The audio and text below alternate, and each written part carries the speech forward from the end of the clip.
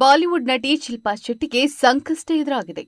ಶಿಲ್ಪಾ ಹಾಗೂ ಅವರ ಪತಿ ಉದ್ಯಮಿ ರಾಜ್ ಕುಂದ್ರಾ ವಿರುದ್ಧ ಮುಂಬೈ ಮೂಲದ ಉದ್ಯಮಿಯೊಬ್ಬರಿಗೆ 60 ಕೋಟಿ ರೂಪಾಯಿ ವಂಚನೆ ಮಾಡಿದ್ದಾರೆ ಎಂಬ ಆರೋಪ ಕೇಳಿಬಂದಿದೆ. ಈ ಪ್ರಕರಣವು ಬೆಸ್ಟ್ ಡೀಲ್ ಟಿವಿ ಪ್ರೈವೇಟ್ ಲಿಮಿಟೆಡ್ಗಾಗಿ ಸಾಲ ಮತ್ತು ಹೂಡಿಕೆ ಒಪ್ಪಂದಕ್ಕೆ ಸಂಬಂಧಿಸಿದೆ. ಉದ್ಯಮಿ ದೀಪಕ್ ಕೊಠಾರಿ ಅವರು 2015 ರಿಂದ 2023ರವರೆಗೆ ವ್ಯವಹಾರ ವಿಸ್ತರಣೆಗಾಗಿ 60 ಕೋಟಿ ರೂಪಾಯಿಗಳನ್ನು ನೀಡಿದ್ರು.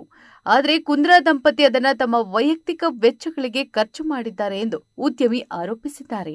2015ರಲ್ಲಿ ರಾಜೇಶ್ ಆರ್ಯ ಎಂಬ ಏಜೆಂಟ್ ಮೂಲಕ ದಂಪತಿಯ ಪರಿಚಯವಾಯಿತು ಎಂದು ಕೊಠಾರಿ ಹೇಳಿಕೊಂಡಿದ್ದಾರೆ. ಆ ಸಮಯದಲ್ಲಿ ದಂಪತಿ ಬೆಸ್ಟ್ ಡೀಲ್ ಟಿವಿ ಪ್ರೈವೇಟ್ ಲಿಮಿಟೆಡ್ನ ನಿರ್ದೇಶಕರಾಗಿದ್ದರು.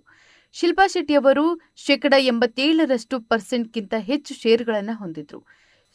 ಆರ್ಯ ಕಂಪನಿಗೆ ವಾರ್ಷಿಕ 12% ಬಡ್ಡಿದರದಲ್ಲಿ 75 ಕೋಟಿ ರೂಪಾಯಿ ಸಾಲ ಕೇಳಿದ್ರು.